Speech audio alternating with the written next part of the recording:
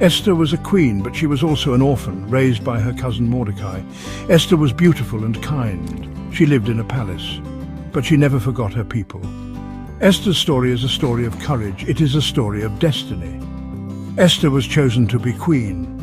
She was married to King Xerxes of Persia. The king did not know Esther was a Jew. Mordecai told her to keep it a secret. Esther was a queen in a foreign land. She had to be brave. She had to trust in God.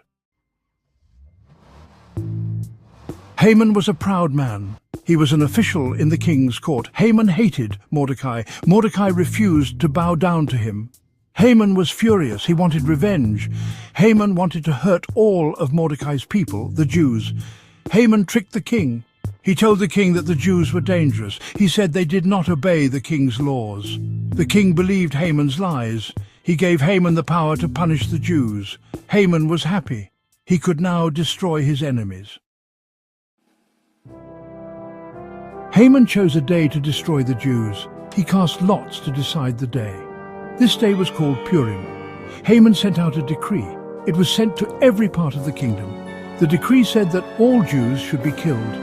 Men, women, and children were to be slaughtered. The king's decree caused great fear. The Jews were terrified. They fasted and prayed.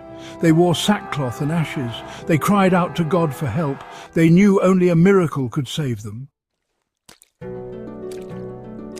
Mordecai learned of Haman's evil plan. He sent a message to Esther. He told her about the decree. He begged her to go to the king. Mordecai knew it was dangerous. It was against the law to approach the king without being summoned. Esther was afraid. She knew the risk she would be taking. But Mordecai reminded her, "Perhaps you were made queen for just such a time as this." Esther found her courage. She decided to act. She would risk her life to save her people. Esther asked all the Jews to fast with her. For 3 days and nights they prayed. They asked God for strength. They asked for his protection. Esther prepared herself to go before the king. She dressed in her finest robes. She put on her royal crown. Esther was afraid, but she knew she had to be strong. The fate of her people rested on her shoulders. Section 6. The King's Decree. Esther approached the king's throne room. Her heart pounded in her chest. She knew her life was in danger. The king saw Esther. He held out his golden scepter. This meant she was safe. "What is it, Queen Esther?" the king asked. "What is your request?"